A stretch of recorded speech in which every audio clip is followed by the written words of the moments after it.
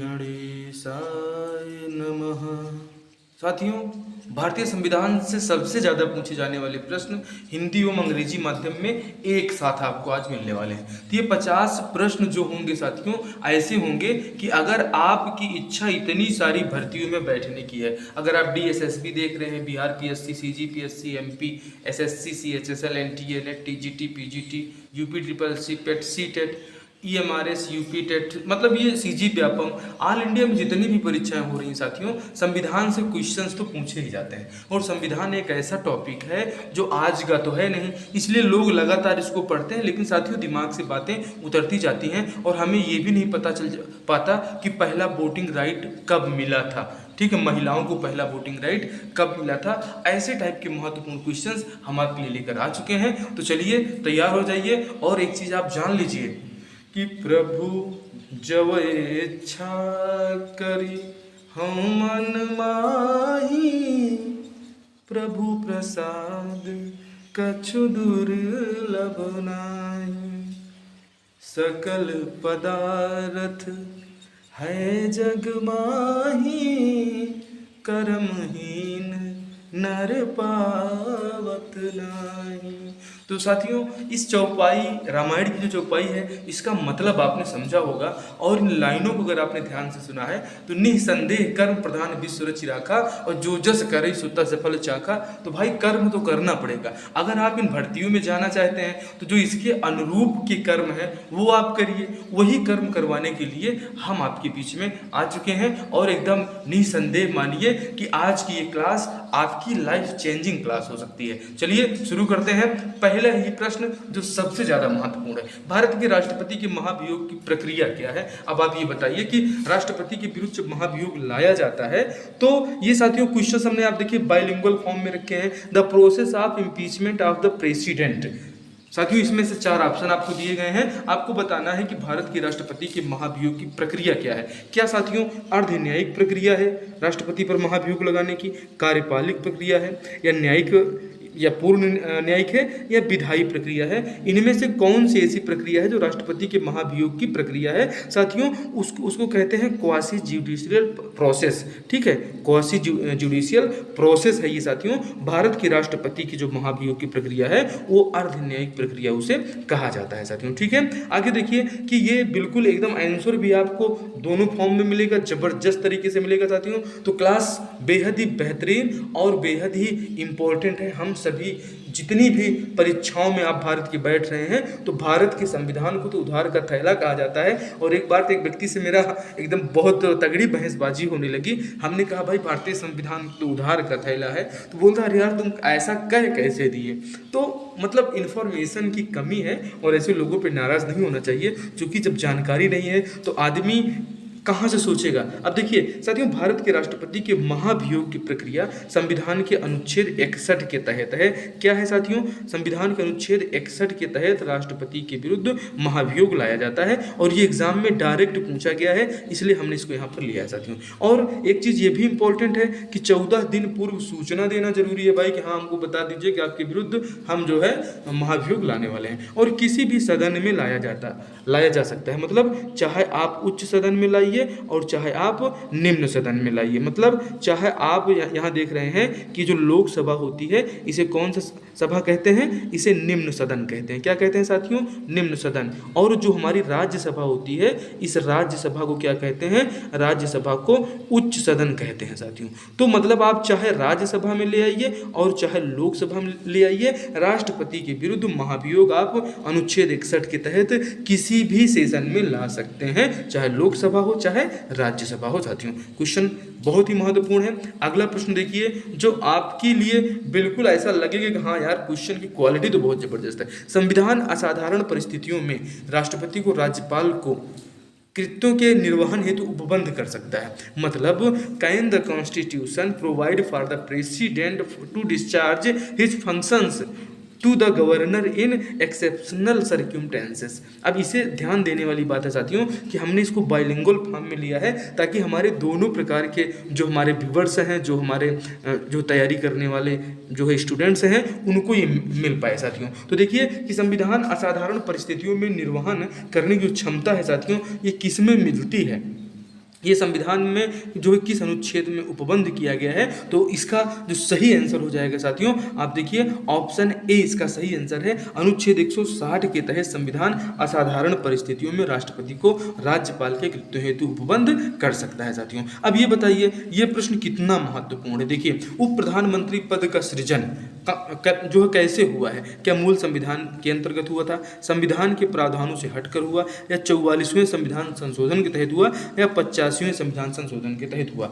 What is the creation of the post of deputy prime minister was under the original constitution divided from the provision of the constitution. तो साथियों इसमें जो option B है आपका, ये बिल्कुल पूरी तरह से सही हो जाता है कि संविधान के प्रावधानों से हटकर उप प्रधानमंत्री का सृजन किया गया। अब आपसे पूछ लिया जाए कि भारत के पहले उप प्रधानमंत्री कौन थे साथियों, तो आप क्या बताएंगे, तो बता दीजिएगा भाई साहब, बहुत सिंपल है कि हमारे देश के एकता के कर्णधार कौन, हमारे देश की यूनिटी ऑफ इंडिया, आप देखते हैं कि जो स्टेचू लगी है यूनिटी की, आप देखते हैं एकता की, जो हमारी एकता को प्रदर्शित करती है, उसके हमारे सरदार वल्लभ भाई पटेल जी, ठीक है, सरदार वल्लभ भाई पटेल की मूर्ति कहाँ पर लगी है साथियों, तो आप जानते हैं कहाँ लगी है, केवड़िया गुजरात में लगी है सरदार पटेल जी की मूर्ति, जो मोस्ट इम्पोर्टेंट है साथियों, ठीक है, केवड़िया गुजरात में लगी है। तो पहले उप प्रधानमंत्री भी सरदार वल्लभ भाई पटेल थे,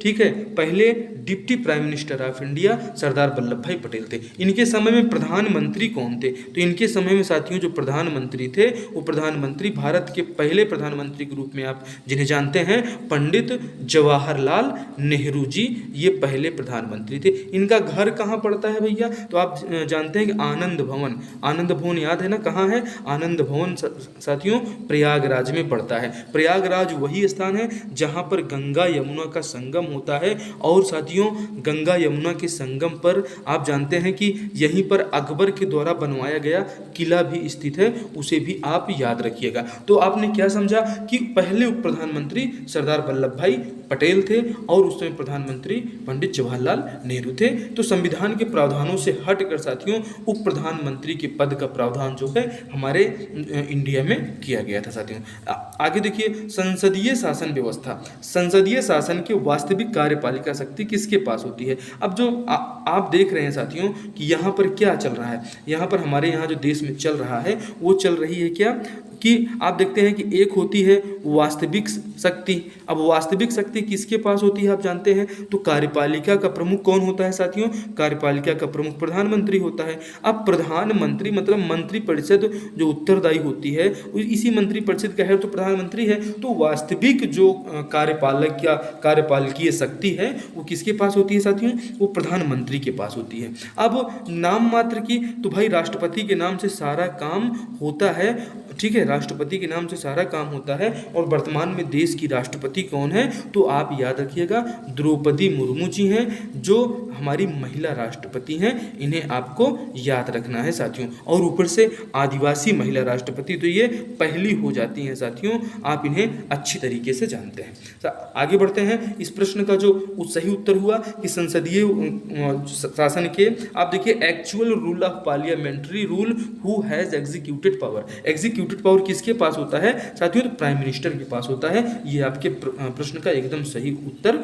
हो जाता है साथियों। आगे बढ़ते हैं और अगला प्रश्न देखते हैं जो बेहद ही है खास। ऑप्शन बी इस प्रश्न का सही उत्तर था, actual rule of parliamentary rule who has executed power prime minister के पास होती है। पांचवें प्रश्न की तरफ हम बढ़ते हैं साथियों, जो बेहद ही बेहतरीन क्वेश्चन है और भारत के प्रधानमंत्रियों में आपको बताना है कि भारत के प्रधानमंत्रियों में कौन अपने कार्यकाल में संसद में कभी उपस्थित नहीं हुए, मतलब उन्होंने जिस संसद को मोदी जी ने अंदर घुसने से पहले प्रणाम किया था, क्या किया था, दंडवत प्रणाम किया था, उस संसद का मुंह तक जो है नहीं देख पाए, ऐसे कौन से प्रधानमंत्री हैं कि जिस संसद के लिए प्रधानमंत्री बने और वो जो है क्या हुआ, इसको देख नहीं पाए साथियों। तो इसका जो इनके चरण क्या है, इनके जो चरण कमल है साथियों, किनके चरण कमल, अब चरण कमलों की बात करें भाई साहब, तो जो चरण कमल हैं इनके चरण कमल क्या है, ये संसद में नहीं पड़े। अब उत्तर तो आपने गिस कर ही लिया होगा कि चौधरी चरण सिंह के चरण जो है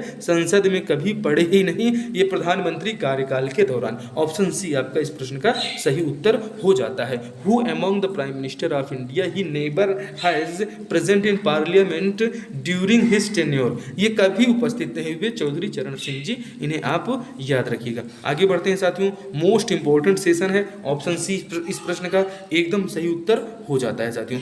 वर्तमान लोकसभा में प्रत्येक राज्य के लिए स्थानों का आवंटन आधारित है। जो भी वर्तमान में लोकसभा आपकी चल रही है, जिसके प्रमुख कौन है साथियों आप बताइए। तो जिसके लोकसभा अभी आप देख रहे हैं कि मोदी जी के नेतृत्व में ये लोकसभा चल रही है। अब ये जो लोकसभा में स्थानों का आवंटन है वो जो है 1951 की जनगणना पर आधारित है, 1961 की जनगणना पर आधारित है, 1971 की जनगणना पर आधारित है या 2011 की जनगणना पर आधारित है। अब 2021 में जनगणना साथियों कोरोना के कारण हो नहीं पाई, नहीं प्रत्येक 10 साल वाला नियम कोरोना काल में पहली बार देश में जो है आप देख रहे हैं टूट गया है। कि अब इसमें देखिए इस प्रश्न का जो सही उत्तर होगा, in the present Lok Sabha the allocation of seat, ठीक है, ईच स्टेट बेस्ड, ये किस पे बेस्ड है साथियों। तो ये सेंसस ऑफ 1971 1971 की जनसंख्या पर साथियों वर्तमान में लोकसभा सीटों का आवंटन होगा। और इसे भी कब तक कर दिया गया है तो 2026 तक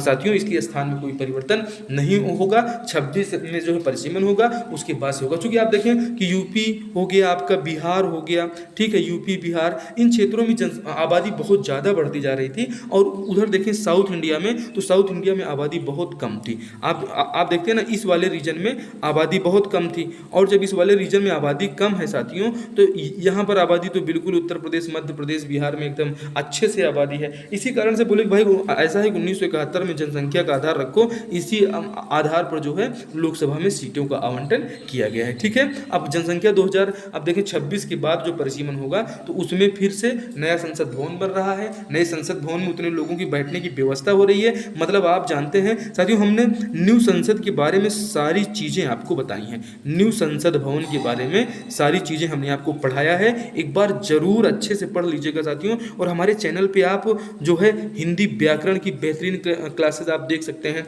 ठीक है साथियों, आप हमारे चैनल पे जो है यूजीसी नेट की अगर तैयारी कर रहे हैं तो उसकी भी क्लासेस चल रही हैं। ईएमआरएस की जो भी भर्ती निकली हुई है साथियों, उसके लिए बेहतरीन क्लासेस चैनल पे अपलोड हो रही हैं। आप इन्हें जरूर देखिए। आप टीजीटी, पीजीटी, यूपी पुलिस किसी भी परीक्षा में बैठ रहे हैं साथियों, हमारी चैनल पे सेम टू सेम क्लासेस और पीपीटी के सेम क्वेश्चंस ही एग्जाम में पूछ लिए जाते हैं। तो इस प्रश्न का जो सही उत्तर है साथियों ऑप्शन सी 1971 की जनगणना पर आधारित है। साथियों, लोकसभा की बैठक समाप्त की जा सकती है। अब लो भाई साहब, बिल्कुल की जा सकती है। क्या स्थगन के द्वारा, सत्रावसान के द्वारा, विघटन के द्वारा या उक्त सभी के द्वारा।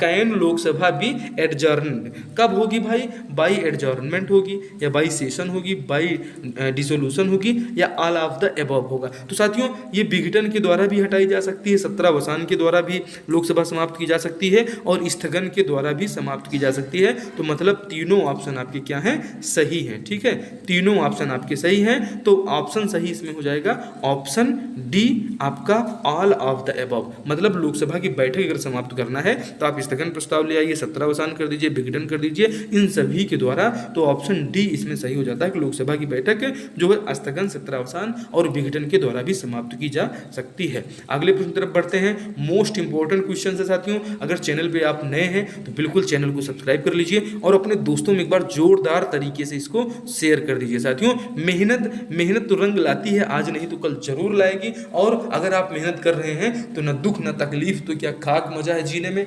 बड़े बड़े तूफान थम जाते हैं जब आग लगी हो सीने में। भाई जब मंजिल को अपना मान लिया, ठीक है, मंजिल को अपना मान लिया और मुश्किलों को अपने गले जब आपने लगा लिया तो क्या दिक्कत है। जब ठान लिया तो ठान लिया, जो करना है आपको अच्छे से करिए और इस प्रश्न का उत्तर आपको देना है। इस प्रश्न के उत्तर में बहुत कुछ आपको जानने को मिलेगा। राज्यसभा का चुनाव अगर आप लड़ना चाहते हैं साथियों तो न्यूनतम आयु कितनी है। साथियों सबसे पहले अगर आप वोट देने जा रहे हैं तो आप जानते हैं कि आपकी उम्र वोट देने लायक की कब होती है? जब आप 18 साल के हो जाते हैं तब आप वोट दे सकते हैं। उसके बाद जब आप 21 साल के हो जाते हैं तो कौन सा चुनाव लड़ सकते हैं? जब आप साथियों 25 साल के हो जाते हैं। तो जो इस प्रश्न का सही उत्तर है साथियों कि राज्यसभा का चुनाव लड़ने के लिए न्यूनतम आयु कितनी होनी चाहिए। तो भाई राज्यसभा का चुनाव अगर आपको लड़ना है तो न्यूनतम आयु कितनी होनी चाहिए, आपकी 30 वर्ष होनी चाहिए। ठीक है, ऑप्शन आपका क्या होगा, ऑप्शन बी इसमें सही हो जाएगा साथियों। ठीक है, और इसके सभी के बारे में जान लीजिए साथियों कि आप जानते हैं कि वोटिंग करने की उम्र,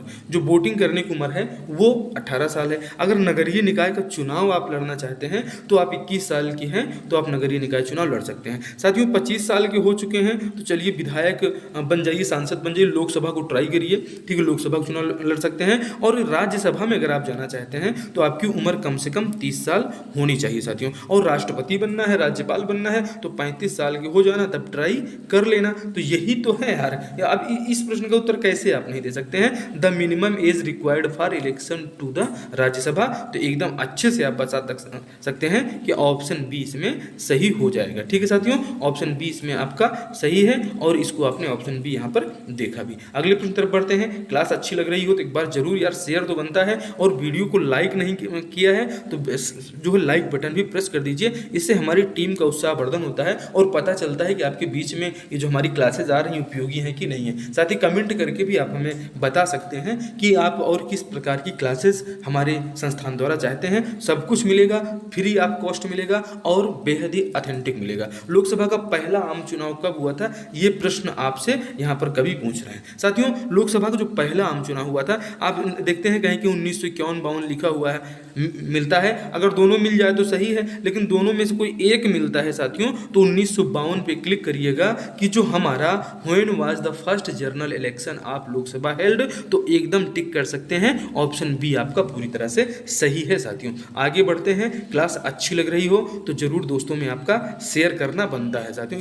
इतना तो आपको टीम के लिए करना चाहिए साथियों। देखिए ये जो हमारी लोकसभा होती है इसे प्रतिनिधियों का सदन भी कहा जाता है और निम्न सदन भी इसे कहा जाता है। ठीक है, और अनुच्छेद 324 के तहत यहाँ पे निर्वाचन होता है साथियों। ठीक है, 324 में राष्ट्रीय निर्वाचन आयोग का प्रावधान किया गया है। तो इन प्रावधानों के तहत आप यहाँ पर निर्वाचित होकर पहुंच सकते हैं, बिल्कुल बेहिचक, कोई हेडेक और टेंशन वाली बात नहीं है साथियों। आगे बढ़ते हैं। अगला क्वेश्चन बेहद ही महत्वपूर्ण है। राज्यसभा के लिए नामांकित प्रथम अभिनेत्री कौन थी। अब ये लो भाई साहब, ये कहाँ सी बला आ गई कि राज्यसभा के लिए नामांकित प्रथम अभिनेत्री कौन थी भैया। तो ये हमारे जो वो है ना भाई, मुन्ना भाई एमबीबीएस कौन, संजय दत्त जी। संजय दत्त की अम्मी कौन है, संजय दत्त की मम्मी कौन है, नरगिस दत्त है। तो ये राज्यसभा के लिए जो है नामांकित होने वाली प्रथम अभिनेत्री थी। इन्हें आपको याद रखना है साथियों। ठीक है, कौन, नरगिस दत्त को आपको याद रखना है। ये राज्यसभा के लिए नामांकित होने वाली पहली अभिनेत्री थी। अब इस प्रश्न का उत्तर तो आप बिल्कुल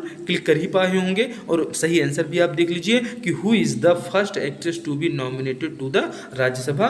तो ये कौन है भैया, तो ये हमारी नरगिस दत्त हैं। ऑप्शन बी आपका इसमें एकदम सही दिख रहा है। आगे बढ़ते हैं साथियों। मौलिक अधिकारों का संरक्षक, मोस्ट इंपॉर्टेंट क्वेश्चन और एकदम फ्रिक्वेंटली पूछ लिया जाता है। क्या मौलिक अधिकार, जो हमारे मौलिक अधिकार, सबसे पहले तो यही इंपॉर्टेंट हो जाता है कि मौलिक अधिकारों का वर्णन संविधान के किस भाग में है। तो भाग 3 में मौलिक अधिकारों का वर्णन किया गया है साथियों। अनुच्छेद कहाँ से हैं, तो अनुच्छेद 12 से 35 तक आप याद रखिएगा।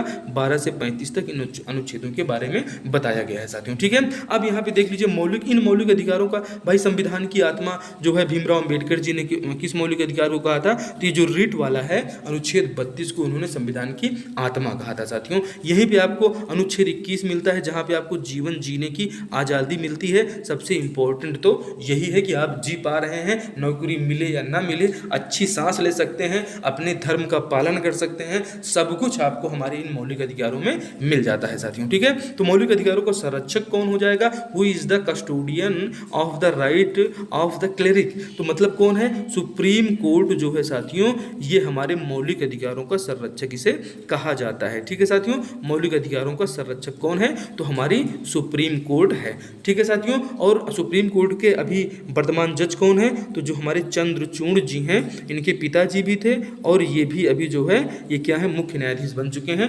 सुप्रीम कोर्ट के। कौन है साथियों, क्या डीवाई चंद्रचूड़ हैं क्या, आप जरूर कंफर्म करके बताइएगा, चंद्रचूड़ जी हैं अभी। ठीक है, आगे बढ़ते हैं। अगला प्रश्न क्या है, इस प्रश्न का जो सही उत्तर है साथियों, सर्वोच्च न्यायालय हमारे मौलिक अधिकारों का संरक्षक है। आप एकदम टू द पॉइंट चलिए साथियों, जितने प्रश्न दिए गए इन्हीं को आप पहले कंप्लीट कर लीजिए। एकदम सारा सेशन आपके लिए महत्वपूर्ण महत्वपूर्ण है। बंधुआ मजदूर उन्मूलन अधिनियम संसद ने कब पारित किया था, ये आपसे पूछा जा रहा है। अभी बंधुआ मजदूर उन्मूलन मतलब भाई जबरन आप जो किसी से काम कराते थे, तो ये बंधुआ मजदूर उन्मूलन जो है अधिनियम ही पारित किया गया 1971 में, 76 में, 79 में, 81 में, कब किया गया था साथियों? इस प्रश्न का सही उत्तर आपको बताना है और मोस्ट इंपॉर्टेंट और कंफ्यूजन में डालने वाले प्रश्न आपके सामने यहाँ पर आ चुके हैं, एकदम छपने वाले प्रश्न हैं। तो इस प्रश्न का जो सही उत्तर हो जाता है साथियों, आइए देखते हैं। इस प्रश्न का सही उत्तर हो जाता है साल 1976 में। साल 1976 में क्या होता है? बंधुआ मजदूर उन्मूलन होता है। Bonded labours the abolition act was passed by parliament in 1976। इस प्रश्न का उत्तर ऑप्शन बी पूरी तरह से हो जाता है। साथियों आप इनमें से किसी भी भर्ती में बैठ रहे हैं, आप यहाँ पे देख पा रहे होंगे कि आप DSSB, BPSC, CGPSC, MP SSC, UPPSC, PET, इन सभी भर्तियों के लिए साथियों मोस्ट इंपॉर्टेंट क्लास है और चैनल पे इससे संबंधित बहुत सारी क्लासेस अपलोड है। एक बार आप अध्ययन कीजिए, क्वालिटी ऑफ कंटेंट बेहतरीन है साथियों। तो अगर ये प्रश्न आप पूरा देखिएगा, एंड तक देखिएगा, अगले प्रश्न तरफ हम बढ़ेंगे। और चैनल पे नए हैं और इतनी सारी भर्तियों में आप ट्राई कर रहे हैं तो जरूर देख के जाइएगा, आपके लिए बहुत फायदेमंद क्लास ये होने वाली है। और इस प्रश्न का उत्तर तो आप देख के ही जाइए कि भारत के प्रत्येक नागरिक का कर्तव्य होगा कि वह प्राकृतिक पर्यावरण का संरक्षण एवं सुधार, मतलब संरक्षण एवं सुधार करे। ये किस अनुच्छेद में शामिल है? अनुच्छेद 21 आप जानते हैं कि भैया जीवन जीने की आज़ादी आपको है, एकदम बेहिचक तरीके से जीवन आप यहाँ पे जी सकते हैं। अनुच्छेद 48A क्या है? अनुच्छेद 51 का क्या है? अनुच्छेद 56 क्या है? सारी चीजें आपके यहाँ पर क्लियर होंगी। तो अनुच्छेद 21 के बारे में आपने जाना और यहाँ पर जो इस प्रश्न का सही उत्तर हो जाता है साथियों, इस प्रश्न का सही उत्तर हो जाता है 51 का। आप देखते हैं कि भाग 4 का क्या है साथियों? भाग 4 का में सरदार स्वर्ण सिंह समिति की अनुशंसा पर, किसकी अनुशंसा पर? सरदार स्वर्ण सिंह समिति की अनुशंसा पर मौलिक कर्तव्यों को हमारे संविधान में जोड़ा गया। कहाँ जोड़ा गया? भाग 4 का में 51 का आप यहाँ पे देख पा रहे हैं साथियों। तो इस प्रश्न का एकदम सही आंसर हो जाता है। कौन जो है मौलिक कर्तव्यों का उल्लेख किस अनुच्छेद में है? संविधान के किस भाग में है? भाग 4 में है। अनुच्छेद कौन सा है? 1951 का। और सरदार स्वर्ण सिंह समिति की अनुशंसा पर इसे हमारे संविधान में शामिल किया गया था। इस प्रश्न का उत्तर आपने देखा साथियों। आप देखते हैं यहीं पर कि इसी जो है पर्यावरण संरक्षण अधिनियम अक्सर पूछ लिया जाता है, कब आया था साथियों? वन्य जीव संरक्षण अधिनियम कब आया था? और जैव विविधता अधिनियम 2002 में आया था, लेकिन लागू 2003 से है। तो साथियों वन्य जीव संरक्षण अधिनियम आप देख रहे हैं साल 1972 में। उसके बाद आप देखते हैं कि पर्यावरण संरक्षण अधिनियम साल 1986 में। ये डायरेक्ट ऐसे क्वेश्चन पूछे गए हैं, इन्हें याद करने की बार कोशिश करिए और ओल्ड पेपर आप उठा के देखिए, इंपॉर्टेंस आप क्वेश्चंस कितनी है साथियों। भारत के नागरिकों के मूल कर्तव्यों का विवरण ये संविधान है साथियों। संविधान के किस भाग में दिया गया? In which part of constitution are the basic duties of the citizens of India given? किस में दिया गया है भाई? तो आप जानते हैं कि भाग 4 का में दिया गया है मूल कर्तव्यों के बारे में। ये अभी हमने आपको बताया साथियों, ठीक है। भाग 4 का इसका सही आंसर हो जाएगा। अब भारतीय संविधान के अनुच्छेद 25 में प्रयुक्त हिंदू शब्द किसे सम्मिलित नहीं करता है? आपको इसमें साथियों ये यहाँ पे टाइप नहीं हो पाया है, अंग्रेजी में आप देखिए बिल्कुल टाइप है। क्या है? Who does not include the word Hindu used in article 25 of the Indian constitution? ये देखिए बुद्धिस्ट, जैन, पारसी और सिख। तो हिंदू शब्द जो है सम्मिलित नहीं है। क्या बुद्धिस्ट हिंदू हैं? जी हाँ बिल्कुल हिंदू हैं। जैन हिंदू हैं? जी हाँ हिंदू हैं। सिख हिंदू हैं? जी हाँ हिंदू हैं। लेकिन अनुच्छेद 25 में ऑप्शन सी जो दिया गया है साथियों, इनमें पारसियों को हिंदू का दर्जा नहीं दिया गया है, बाकी इन्हें भी हिंदू माना गया है, जैन को भी, और इन्हें भी जो है हिंदू कैटेगरी में ही इन लोग आते हैं। हिंदू के अलग अलग संप्रदायों में इन लोग अपने अपने धर्म का अच्छे से पालन कर रहे हैं साथियों। तो ये देख लीजिए, ये यहाँ पर जो है बिल्कुल दिया गया है बौद्धों को, जैनों को, पारसियों को, सिखों को। तो ये बिल्कुल एकदम परफेक्ट है कि जो हमारे पारसी हैं, इन पारसियों को संविधान के अनुच्छेद 25 के तहत हिंदू की कैटेगरी में नहीं रखा गया है। आगे बढ़ते हैं। भारतीय संविधान में संशोधन के लिए विधेयक लाया जा सकता है। अब लो भाई साहब, केवल लोकसभा में ला सकते हैं, केवल राज्यसभा में, या तो लोकसभा या राज्यसभा। तो शायद साथियों in which bill can brought to amend the Indian constitution? साथियों आइदर इन लोकसभा और राज्यसभा। ऑप्शन सी आपका सही हो जाएगा। लाते कहाँ से हैं, कहाँ से पावर मिलती है? अनुच्छेद 368 में संविधान संशोधन के बारे में बताया गया है। अब संविधान संशोधन का साथियों किस भाग में है, इसको कमेंट बॉक्स में एक बार आप छाप दीजिए, बिल्कुल गूगल करके छापने की कोशिश करिए। देखिए, या तो लोकसभा या तो राज्यसभा संविधान संशोधन विधेयक संविधान आर्टिकल 368 368 के तहत ये यहाँ पर लाया जा सकता है। आगे बढ़ते हैं। 1919 के भारत सरकार अधिनियम का दूसरा नाम क्या है? ये कई बार एग्जाम में मोस्ट इंपॉर्टेंट क्वेश्चन है साथियों, पूछ लिया जाता है। क्या नाम है? नाम आपको बताना है। What was the other name of government of India act 1919। साथियों इसी को मॉन्टेग्यू चेम्सफोर्ड सुधार कहा जाता है। क्या कहते हैं भैया? मॉन्टेग्यू चेम्सफोर्ड सुधार कहते हैं। इन्हें आप याद रखिएगा। भारत सरकार अधिनियम 1919, गवर्नमेंट इंडिया एक्ट 1919 को मॉन्टेग्यू चेम्सफोर्ड सुधार के नाम से भी जाना जाता है। साथियों ये देख लीजिए, मॉन्टेग्यू चेम्सफोर्ड सुधार, ये बिल्कुल यहाँ पे सही है। ठीक है, अब आगे बढ़ते हैं। अगला कौन सा है? प्रांतों में द्वैध शासन लगाया गया। अब इसी ये जो भारत शासन अधिनियम 1919 है, यहीं पर प्रांतों में क्या करता है साथियों? ये प्रांतों में द्वैध शासन लगाता है। ठीक है, ये द्वैध शासन यहाँ पे लगता है। क्यों लगता है साथियों? क्योंकि इनकी मर्जी है कि भाई जो सेंटर में भी वही रहेंगे और राज्यों में भी वही रहेंगे। ये मॉन्टेग्यू चेम्सफोर्ड, चूँकि आप अंग्रेजों के अधीन अभी हैं और अंग्रेजों के गुलाम, मतलब ये बात 1919 की जब होती है तो उस समय तो देश हमारा गुलाम था और ये मन माने तरीके से कुछ भी लागू कर देते थे। साथियों गवर्नमेंट ऑफ इंडिया एक्ट 1935 को किसने दास्ता का एक नया अधिकार पत्र कहा था? मोस्ट इंपॉर्टेंट क्वेश्चन है, किसने कहा था? Government of India act. आप जानते हैं कि लगभग 60% भाग आज भी भारत शासन अधिनियम 1935 का है, हम आपके संविधान में, हमारे संविधान में। ठीक है, और इसी को किसने दास्ता के एक नया अधिकार पत्र कहा था? तो भैया क्या जवाहरलाल नेहरू ने कहा था, सरदार पटेल ने, राजेंद्र प्रसाद ने, या महात्मा गांधी ने? तो हमें तो लग रहा है जवाहरलाल नेहरू जी ने कहा था। आइए देखते हैं क्या सही है। जी हाँ, बिल्कुल जवाहरलाल नेहरू जी ने कहा था। क्या कहा था? कि किसने दास्ता के एक नया अधिकार पत्र। अब यहीं पे साथियों क्वेश्चन बनता है कि जब देश आज़ाद हो रहा था और जब देश आज़ाद हुआ, ठीक है, और संविधान सभा आपकी बनी, तो जब इसे आपने एक बार आपने कहा दासता का जो है अधिकार पत्र है, तो इसी दासता के अधिकार पत्र को भारतवासियों के लिए जब आप उस पद पे आए तो क्यों लागू करके रखे? ऐसा तो रखना ही नहीं था। लेकिन साथियों आज़ादी के पहले जो है इन क्रांतिकारियों की भाषा अलग थी, और जब खुद ही गवर्न करने का पावर इनके हाथ में आया तो सबसे पहले इन्होंने बेचारा व्यक्ति की आज़ादी को ही बैन किया। आप पहला संविधान संशोधन उठा के देखिएगा। ठीक है साथियों, आगे बढ़ते हैं। अगला प्रश्न क्या है? माउंट बेटन योजना आधार बनी। ये लो भाई साहब, मोस्ट इंपॉर्टेंट है कि Mountbatten scheme became the basis of constitution of British rule, transfer to power, division of the country and diagnosis of the communal problem. साथियों ब्रिटिश शासन की निरंतरता का माउंट बेटन योजना आधार बनी, या सत्ता के हस्तांतरण का आधार बनी, या देश के विभाजन का? तो साथियों माउंट बेटन योजना के आधार पर ही जो है हमारा ये क्षेत्र, ये पूरा ब्रिटिश कॉलोनी, ये दो जो है डोमिनियन में डिवाइड हुई। एक का नाम होता है पाकिस्तान और एक का नाम होता है भारत। पाकिस्तान वही जो 14 अगस्त को इसको आज़ादी मिलती है और 15 अगस्त को हमको आज़ादी मिलती है 1947 को। तो दोनों देखो, ये 14 भाई, ये 14 अगस्त और ये 15 अगस्त। अब भाई चूँकि हम 15 अगस्त को आज़ाद हुए, ये 14 अगस्त को आज़ाद हुए, तो इसी प्रकार से हम इन लोग 14 अगस्त को स्वतंत्रता दिवस मनाते हैं, हम लोग 15 अगस्त को स्वतंत्रता दिवस मनाते हैं। आखिर में बात वही है। एक देश देखिए, यहाँ पे बांग्लादेश भी बना हुआ है।